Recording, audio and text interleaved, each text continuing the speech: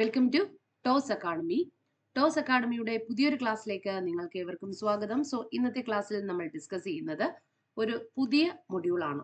നമ്മുടെ unit 3 Indian government and politics എന്ന നമ്മുടെ ഈ ഒരു ടോപ്പിക്കിന്റെ ഭാഗമായിട്ടുള്ള മോസ്റ്റ് ഇമ്പോർട്ടന്റ് ആയിട്ടുള്ള ചില മൊഡ്യൂൾസുകളാണ് നമ്മൾ ഇന്നത്തെ ക്ലാസ്സിലൂടെ ഡിസ്കസ് ചെയ്തു പോകുന്നത്. അപ്പൊ നമ്മൾ യൂണിറ്റ് 3 10 മൊഡ്യൂളുകളുണ്ട്.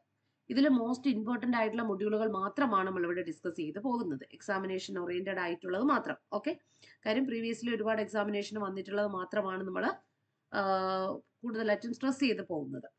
അതിൽ എനിക്ക് വളരെ ഇമ്പോർട്ടന്റ് ആയിട്ടുള്ള കണ്ടിട്ടുള്ള ഒരു മൊഡ്യൂളാണ് മൊഡ്യൂൾ 3 എന്ന് പറയുന്നത്. ഈ ഒരു മൊഡ്യൂളിൽ പ്രധാനമായിട്ടും നമ്മൾ ഇൻക്ലൂഡ് ചെയ്തിരിക്കുന്ന സ്ട്രക്ചർ ആൻഡ് പവർ ആണ്. ഇവിടെ സ്ട്രക്ചർ ആൻഡ് പവറിൽ നമ്മൾ പ്രധാനമായിട്ടും പഠിച്ചു പോകുന്നത് union, executive and legislator, president, prime minister and council of ministers ആണ്. Council of ministers and parliament. ഇത്രയും ഭാഗങ്ങളാണ് നമ്മളിവിടെ സ്ട്രക്ചർ ആൻഡ് പവർ എന്നറിയപ്പെടുന്ന ഈ ഒരു മൊഡ്യൂളിന്റെ ഭാഗമായിട്ട് നമ്മൾ പഠിക്കുന്നത്. ക്ലിയർ ആയിട്ട് മനസ്സിലായിട്ടുണ്ടല്ലോ. ഇത് നമുക്ക് ഈ ഒരു മൊഡ്യൂളിന്റെ മോസ്റ്റ് ഇമ്പോർട്ടന്റ് ആയിട്ടുള്ള ടോപ്പിക്കിലേക്ക് ഒന്ന് കടന്നു പോകാം. അപ്പൊ ഫസ്റ്റ് നമ്മൾ ആദ്യം തന്നെ നമ്മൾ മനസ്സിലാക്കിയിരിക്കേണ്ട കാര്യം എന്താണ്? യൂണിയൻ, എക്സിക്യൂട്ടീവ് ആൻഡ് ലെജിസ്ലേറ്റർ ആണ് നമ്മൾ ആദ്യമായിട്ട് പഠിക്കാൻ പോകുന്നത്. Union, executive and legislator. അപ്പൊ നമുക്ക് അവിടെ പ്രധാനമായിട്ടും ആദ്യം തന്നെ മനസ്സിലാക്കി പോവേണ്ടിയിട്ടുള്ള ഒരു കാര്യം എന്താണ് എന്ന് നമുക്കൊന്ന് വായിക്കാം. മോസ്റ്റ്ലി നമുക്ക് അധികമൊക്കെ ഒരുപാട് ക്വസ്റ്റ്യൻസ് ഇതിൻ്റെ അകത്ത് നിന്ന് ചോദിക്കാൻ ചാൻസ് ഉണ്ട്. യൂണിയൻ ഗവൺമെന്റ് ഓഫ് ഇന്ത്യ ഈ സ്ട്രക്ചേർഡ് ഇൻറ്റു ഇന്ത്യയിലെ യൂണിയൻ ഗവൺമെന്റിന്റെ സ്ട്രക്ചർ എങ്ങനെയുള്ളതാണ്? എക്സിക്യൂട്ടീവ്, ലെജിസ്ലേറ്റർ ആൻഡ് ജുഡീഷ്യറി ആണ് അല്ലെ. അപ്പോൾ യൂണിയൻ ഗവൺമെന്റിന്റെ സ്ട്രക്ചർ എന്ന് പറയുന്നത്, അല്ലെങ്കിൽ ഇന്ത്യൻ അഡ്മിനിസ്ട്രേഷൻ സിസ്റ്റം എന്ന് പറയുന്നത് എങ്ങനെയുള്ളതാണ്? എക്സിക്യൂട്ടീവ് ആൻഡ് ഒരു സ്ട്രക്ചർ എന്ന് പറയുന്നത് എക്സിക്യൂട്ടീവ്, ലെജിസ്ലേറ്റർ ആൻഡ് ജുഡീഷ്യറി ആണ്. അപ്പൊ ഇതെല്ലാം തന്നെ under the part 5 of the constitution ആണ്. പാർട്ട് 5 ഓഫ് ദ കോൺസ്റ്റിറ്റ്യൂഷനാണ് എന്ത് ചെയ്തിരിക്കുന്നത്? ഇൻക്ലൂഡ് ചെയ്തിരിക്കുന്നത്. അപ്പൊ നിങ്ങൾക്ക് ഫസ്റ്റ് ഓഫ് ഓൾ നമ്മൾ കഴിഞ്ഞ ക്ലാസ്സുകളൊക്കെ പഠിച്ചു പോകും. Part 1, part 2, part 3, part 4, part 4A. ഇത്രയും നിങ്ങൾക്ക് എല്ലാവർക്കും അറിയാമെന്ന് എനിക്ക് കരുതുന്നു. കാരണം പാർട്ട് 1 നമ്മൾ ഡിസ്കസ് ചെയ്യുന്ന എന്താണ്? യൂണിയൻ ഓഫ് സ്റ്റേറ്റ്സ് ആണ്. പാർട്ട് 2 നമ്മൾ സിംഗിൾ സിറ്റിസൺഷിപ്പിനെ പറഞ്ഞു പോകുന്നു. പാർട്ട് 3 നമ്മൾ ഫണ്ടമെന്റൽ റൈറ്റ്സുകളെ പറഞ്ഞു പോകുന്നു. 32 മുതൽ അല്ലെ, നമ്മൾ 12 to 35 വരെ വരുന്ന ഫണ്ടമെന്റൽ റൈറ്റ്സുകളെ കുറിച്ച് പറഞ്ഞു. ആർട്ടിക്കിൾസ് ആണ് ഞാൻ എടുത്ത് പറഞ്ഞത്. പാർട്ട് 3. പിന്നെ പാർട്ട് 4 നമ്മൾ ഡയറക്റ്റീവ് പ്രിൻസിപ്പൾ സ്റ്റേറ്റ് പോളിസികളെ കുറിച്ച് പറഞ്ഞു പോകുന്നുണ്ട്. അത് കഴിഞ്ഞ് പാർട്ട് 4A നമ്മൾ എന്താ പറയുന്നത്? പാർട്ട് 4A നമ്മൾ ഫണ്ടമെന്റൽ ഡ്യൂട്ടീസുകളെ കുറിച്ച് പറഞ്ഞു പോകുന്നുണ്ട്. ഇനി വരുന്ന പാർട്ട് 5 ആണ്. അപ്പൊ ഇവിടെ സ്ട്രെസ് നമ്മൾ ഓൾറെഡി കഴിഞ്ഞ ക്ലാസ്സുകളൊക്കെ തന്നെ ഡിസ്കസ് ചെയ്ത് പോയതുകൊണ്ടാണ് ഞാൻ പറഞ്ഞു പോകാത്തത്. ഇനി പാർട്ട് 5 നമ്മൾ ഡിസ്കസ് ചെയ്യുന്ന എന്തിനെ കുറിച്ചിട്ടാണ്? Part 5 of the constitution. Part 5 നമ്മൾ ദ കോൺസ്റ്റിറ്റ്യൂഷന്റെ ആർട്ടിക്കിൾ 52 മുതൽ 151 വരെയാണ്. അപ്പൊ എന്താ പറയുന്ന ആർട്ടിക്കിൾ 52 മുതൽ 151 വരെയാണ് എന്തിൽ ഡിസ്കസ് ചെയ്യുന്ന? Part 5 of the Indian constitution. അപ്പൊ പാർട്ട് 5 52 മുതൽ 151 വരെയാണ് ഡീൽസ് ചെയ്യുന്നത്. എന്തിനെ കുറിച്ചാണ്? Structure, power and functions of the union government. അപ്പൊ യൂണിയൻ ഗവൺമെന്റിന്റെ സ്ട്രക്ചർ എന്താണ്, പവർ എന്താണ്, ഫങ്ഷൻസ് എന്താണ്, ഇതൊക്കെയാണ് നമ്മൾ പാർട്ട് 5 ഡിസ്കസ് ചെയ്യുന്നത്. പാർട്ട് 5 52 മുതൽ 151 വരെയാണ് ഡിസ്കസ് ചെയ്തു പോകുന്നത്. ഓക്കെ ആണല്ലോ. അപ്പൊ ഇത് ഇത്രയും ക്ലിയർ ആയിട്ടുണ്ടാകുമെന്ന് കരുതുന്നു. യൂണിയൻ ഇവിടെ നമ്മൾ പ്രധാനമായിട്ടും ഈ ഒരു മൊഡ്യൂളിൽ പ്രധാനമായിട്ടും യൂണിയൻ, എക്സിക്യൂട്ടീവ് ആൻഡ് ലെജിസ്ലേറ്റീവിനെയാണ് പഠിച്ചു പോകുന്നത്. ജുഡീഷ്യറിയുടെ നമ്മൾ അധികം എക്സ്പ്ലെയിൻ ചെയ്യുന്നില്ല. അത് മറ്റൊരു മൊഡ്യൂളിന്റെ അകത്ത് നമ്മൾ ജുഡീഷ്യറി പ്രത്യേകിച്ച് ഡിസ്കസ് ചെയ്ത് പോകുന്നുണ്ട്. So union, executive and legislative union, എക്സിക്യൂട്ടീവും ലെജിസ്ലേറ്റീവും ഓപ്പറേറ്റ് ചെയ്ത് പോകുന്നത് എങ്ങനെയാണ്? അപ്പൊ അതിൽ നമ്മൾ ആദ്യം യൂണിയൻ എക്സിക്യൂട്ടീവിനെ നോക്കാം. യൂണിയൻ എക്സിക്യൂട്ടീവ് എന്ന് പറയുമ്പോൾ that comprises president, vice president, prime ministers, council of ministers and attorney general of India. ഇത്രയും ചേർന്നതാണ് ഇതെന്നറിയപ്പെടുന്ന യൂണിയൻ എക്സിക്യൂട്ടീവ്, കാര്യനിർവഹണ വിഭാഗം എന്ന് പറയുന്നത്. അപ്പൊ ഇന്ത്യൻ ഗവൺമെന്റിന്റെ കാര്യനിർവഹണ വിഭാഗം എന്ന് പറയുന്നത് it is comprises the president, vice president, prime minister and council of ministers and the attorney general of India. ഇത്രയും പേര് ചേർന്നിട്ടുള്ളതാണ്. ഇനി ഇതിന്റെ അകത്ത് നമ്മൾ എടുത്ത് പഠിക്കാൻ പോകുന്ന president of India and it's rule ആണ്. അപ്പൊ നമുക്കറിയാം nominal executive head of the first cities of India. അപ്പൊ എക്സിക്യൂട്ടീവിന്റെ ഹെഡ് എന്നറിയപ്പെടുന്ന ആരാ? Nominal head of the executive എന്നറിയപ്പെടുന്നത് പ്രസിഡന്റ് ഓഫ് ഇന്ത്യ ആണ്. കൂടാതെ is the first citizen of India, ഇന്ത്യയിലെ ഒന്നാമത്തെ പൗരൻ എന്നറിയപ്പെടുന്നത് പ്രസിഡന്റിനെയാണ്. ഇനി ഇദ്ദേഹത്തിന്റെ പവേഴ്സിനെ കുറിച്ച് പറയുകയാണെങ്കിൽ all executive actions are taken in there name. എല്ലാ എക്സിക്യൂട്ടീവ് ആയിട്ടുള്ള ആക്ഷൻസും ആരുടെ പേരിലാണ് നടപ്പിലാക്കുന്നത്? ആ പ്രസിഡന്റിന്റെ പേരിലാണ്. പവർ ഇൻക്ലൂഡിംഗ് അപ്പോൾ ഇദ്ദേഹത്തിന്റെ ഇമ്പോർട്ടന്റ് ആയിട്ടുള്ള പവർ എന്ന് പറയുന്നത് അപ്പോയിന്റിംഗ് പ്രൈം മിനിസ്റ്റേഴ്സിനെ ഗ്രാൻഡിങ് പാർഡൻസുകൾ അനുവദിച്ചു കൊടുക്കുന്നത് ആരിലൂടെയാണ്? പ്രസിഡന്റിലൂടെയാണ്. പ്രൊമുലേറ്റിംഗ് പ്രഖ്യാപനങ്ങൾ, ഓർഡിനൻസുകൾ 123 ഓർഡിനൻസുകളൊക്കെ നടപ്പിലാക്കുന്ന ആരാണ്? ഓർഡിനൻസുകൾ നടപ്പിലാക്കുക, അത് പൊതു മാപ്പ് നൽകുക, അതെ, പിന്നെ പ്രൈം മിനിസ്റ്ററിനെ പോലെയുള്ള ഉയർന്ന പദവിയിലുള്ള എല്ലാ പോസ്റ്റുകളെയും അപ്പോയിന്റ് ചെയ്യുന്ന ആരാണ്? പ്രസിഡന്റ് ആണ്. When parliament is not in session. Okay, ഇനി constrains must act and aid and advice of the council of minister which is generally binding. Okay, അപ്പൊ ഇത്രയും കാര്യങ്ങളാണ് നമ്മൾ ആരുമായിട്ട് ബന്ധപ്പെടുത്തി പഠിച്ചു പോകേണ്ടിയിട്ടുള്ളത്. രാഷ്ട്രപതി, നമ്മുടെ പ്രൈം മിനിസ്റ്ററുമായിട്ട് ബന്ധപ്പെടുത്തി പഠിച്ചു പോകേണ്ടിയിട്ടുള്ളത്. അപ്പോൾ നമുക്കറിയാം, രാഷ്ട്രപതി എന്ന് പറയുന്നത് ഒരു എക്സിക്യൂട്ടീവിന്റെ തലവനാണെങ്കിൽ പോലും ഒരു നാമമാത്രമായ ഒരു പേര് മാത്രമേ ആർക്കുള്ളൂ? രാഷ്ട്രപതി അല്ലെങ്കിൽ നമ്മുടെ പ്രസിഡന്റിനുള്ളൂ. അത് നിങ്ങൾക്ക് എല്ലാവർക്കും അറിയാമായിരിക്കാം. പിന്നെ ഇദ്ദേഹത്തിന് ഒരുപാട് പവറുകൾ ഉണ്ട്. ആ പവറുകളെയാണ് നമ്മൾ പറഞ്ഞു പോയിരിക്കുന്നത്. പൊതുമാപ്പ് നൽകുക, പ്രൈം മിനിസ്റ്ററിനെ അപ്പോയിന്റ്മെന്റ് ചെയ്യുക, ഓർഡിനൻസ് പുറപ്പെടുവിപ്പിക്കുക, ഇതൊക്കെ തന്നെ ആരുടെ കീഴിലാണ്? പ്രസിഡന്റിന്റെ ചില പ്രധാനപ്പെട്ട അധികാരങ്ങളാണ്. Power including appoint the prime minister, granting pardons and promulgating ordinance when parliament is not in section. ഇപ്പൊ പാർലമെന്റ് സമ്മേളനം ഇല്ലാത്തപ്പോൾ പോലും കൺസ്ട്രെയിൻസുകൾ, നിയന്ത്രണങ്ങൾ നടപ്പിലാക്കുന്ന, കൺസ്ട്രെയിൻസ് മീൻസ് നിയന്ത്രണങ്ങളാണ്. Must act at the aid and advice of the council of ministers. അതായത് council of മിനിസ്റ്റേഴ്സിന്റെ ഉപദേശങ്ങൾക്കനുസരിച്ച്, അതായത് കൗൺസിൽ ഓഫ് മിനിസ്റ്റേഴ്സിന്റെ അഡ്വൈസുകൾക്കനുസരിച്ച്, അല്ലെങ്കിൽ പ്രധാനമന്ത്രിയുടെയും കൗൺസിൽ ഓഫ് മിനിസ്റ്റേഴ്സിന്റെ ഉപദേശങ്ങൾക്ക് അനുസരിച്ചാണ് ഇദ്ദേഹം ഓരോ നയപരിപാടികൾ എന്ത് ചെയ്യുന്നത്? നടപ്പിലാക്കുന്നത്. അങ്ങനെ ഉണ്ട്. അതാണ് നാമമാത്രമായിട്ടുള്ള ഒരു പേര് മാത്രമേ ഉള്ളൂ പ്രസിഡന്റിന് എന്ന് പറയുന്നത്. Constraint must act as the aid and advice of the council of ministers which is generally binding ചെയ്തിരിക്കുകയാണ്, അല്ലെ? അങ്ങനെയാണ്. അപ്പോൾ അത് പൊതുവെ എല്ലാവർക്കും ബാധകമായിട്ടുള്ളതുമാണ് എന്നാണ് പറഞ്ഞു പോയിരിക്കുന്നത്. ഓക്കെ, ഇനി നോക്കൂ. ഇനി നമ്മൾ പ്രൈം മിനിസ്റ്ററിനെ കുറിച്ചിട്ടാണ് പറഞ്ഞു പോകുന്നത്. പ്രൈം മിനിസ്റ്റർ ആണ്, അദ്ദേഹത്തിന്റെ റോൾ എന്താണ്? റിയൽ എക്സിക്യൂട്ടീവ് അതോറിറ്റി എന്ന് പറയുന്നത് ആക്ച്വലി പ്രസിഡന്റ് അല്ല, അദ്ദേഹം ഒരു നാമമാത്രമായ പേര് മാത്രമേ ഉള്ളൂ പ്രസിഡന്റിന്. പക്ഷെ റിയൽ എക്സിക്യൂട്ടീവ് അതോറിറ്റി എന്ന് പറയുന്നത്, റിയൽ എന്ന് തന്നെ ചോദിക്കും, അത് പ്രൈം മിനിസ്റ്റർ ആണ്. ഹെഡ് ഓഫ് ദ ഗവൺമെന്റ്, അദ്ദേഹത്തിന്റെ function recommend and ministers of appointment, അതായത് മിനിസ്റ്റേഴ്സിനെ അപ്പോയിന്റ്മെന്റ് ചെയ്യുന്നതിനുള്ള റെക്കമെൻഡേഷൻസ് ഒക്കെ ഇദ്ദേഹത്തിലൂടെയാണ് കൊടുക്കുന്നത്. ഇദ്ദേഹത്തിന്റെ റെക്കമെൻഡേഷനിലൂടെ മാത്രമേ പ്രസിഡന്റ് മറ്റുള്ള മിനിസ്റ്റേഴ്സിനെയൊക്കെ തന്നെ അപ്പോയിന്റ്മെന്റ് ചെയ്യുന്നുള്ളൂ കേട്ടോ. Appointment and allocate portfolios and act as the primary link between പ്രസിഡന്റിനും ക്യാബിനറ്റും കൗൺസിൽ ഓഫ് മിനിസ്റ്റേഴ്സിനും ഇടയിലുള്ള ഒരു ലിങ്ക് ആയിട്ട് വർദ്ധിക്കുന്ന പ്രൈം മിനിസ്റ്റേഴ്സ് ആണ്. പ്രൈം മിനിസ്റ്ററിന്റെ അഡ്വൈസും ഉപദേശപ്രകാരവും മാത്രമേ പ്രസിഡന്റ് മറ്റുള്ള കൗൺസിൽ ഓഫ് മിനിസ്റ്റേഴ്സിനെയൊക്കെ തന്നെ അപ്പോയിന്റ്മെന്റ് ചെയ്യാറുള്ളൂ എന്നുള്ളതാണ്. ഇനി ഇതിന്റെ structure, the consist of cabinet minister, ministers of the state, deputy ministers ഒക്കെയാണ്. അത് ഒരു പ്രൈം മിനിസ്റ്ററിന്റെ സ്ട്രക്ചർ എന്ന് പറയുന്നത് എന്താണ്? ഇതിൽ എന്തൊക്കെ അടങ്ങിയിരിക്കുന്നത്? ക്യാബിനറ്റ് മിനിസ്റ്റേഴ്സ് ഉണ്ട്, ministers of the states and deputy ministers. ഇതാണ് അദ്ദേഹത്തിന്റെ ഒരു സ്ട്രക്ചർ എന്ന് പറയുന്നത്. ഇനി അക്കൗണ്ടബിലിറ്റി ആണ്. Collectively responsible to the Lok Sabha. അദ്ദേഹത്തിന്റെ ഉത്തരവാദിത്തങ്ങളെയാണ് അക്കൗണ്ടബിലിറ്റീസ് എന്ന് പറയുന്നത്. എന്തൊക്കെ ഉത്തരവാദിത്തങ്ങളുണ്ട്? കളക്റ്റീവ്ലി ലോക്സഭയുടെ എല്ലാ തരത്തിലുള്ള ഉത്തരവാദിത്തങ്ങളും ആരിലാണ് ഇരിക്കുന്നത്? പ്രൈം മിനിസ്റ്ററിലൂടെയാണ്. അപ്പൊ ഇത്രയൊക്കെയാണ് പ്രൈം മിനിസ്റ്ററുമായിട്ട് ബന്ധപ്പെടുത്തി നമ്മൾ പറഞ്ഞു പോകുന്നത്. ഇനി യൂണിയൻ ലെജിസ്ലേറ്റർ, നമ്മൾ ഇനി യൂണിയൻ ലെജിസ്ലേറ്ററിനെ കുറിച്ചാണ് പറഞ്ഞു പോകുന്നത്. എന്താണ് യൂണിയൻ ലെജിസ്ലേറ്റർ എന്ന് പറയുന്നത്? അപ്പൊ നോക്കാം, യൂണിയൻ ലെജിസ്ലേറ്റർ എന്ന് പറയുമ്പോൾ പാർലമെന്റ് ആണ്, അല്ലെ? The parliament of India is the supreme legislative body. അപ്പൊ ഇന്ത്യയിലെ സുപ്രീം ലെജിസ്ലേറ്റീവ് ബോഡി ഏതാണ്? പാർലമെന്റ് ആണ്. ഇത് കൺസിസ്റ്റ് ചെയ്തിരിക്കുന്ന ആരിലൂടെയൊക്കെയാണ്? President and the 2 houses. പ്രസിഡന്റും 2 ഹൗസസും കൂടെ ചേരുമ്പോഴാണ് ലെജിസ്ലേറ്റീവ് ബോഡി ആകുന്നത്. It consist of the president and 2 houses. Rajya Sabha, the council of states and upper house ആണ് Rajya Sabha. It representing the states and union ടെറിട്ടറീസിനെ ഇതിൽ എന്ത് ചെയ്യുന്നു? റെപ്രസെന്റേഷൻ ചെയ്യുന്നു. ലോക്സഭ എന്ന് പറയുന്ന ഹൗസ് ഓഫ് പീപ്പിൾ ആണ്. The lower house where members are directly elected by the people. അത് ലോക്സഭയിലെ മെമ്പേഴ്സിനെ തിരഞ്ഞെടുക്കുന്ന ഡയറക്ട്ലി ഇലക്ഷനിലൂടെ അല്ലേ? ഓക്കെ, ഇനി ഇതിന്റെ ഫങ്ഷൻസ്, അതായത് ലെജിസ്ലേറ്റീവ് ബോഡിയുടെ ഫങ്ഷൻസ് എങ്ങനെയാണ്? പിന്നെ ഫോർമുലേറ്റ് ആൻഡ് എൻഫോഴ്സ് ലോസ് ഒക്കെ ഫോർമുലേറ്റ് ചെയ്യുന്നു, നടപ്പിലാക്കുന്നു. കൺട്രോൾ ആൻഡ് നാഷണൽ ബഡ്ജറ്റിനെ കൺട്രോൾ ചെയ്യുന്നു.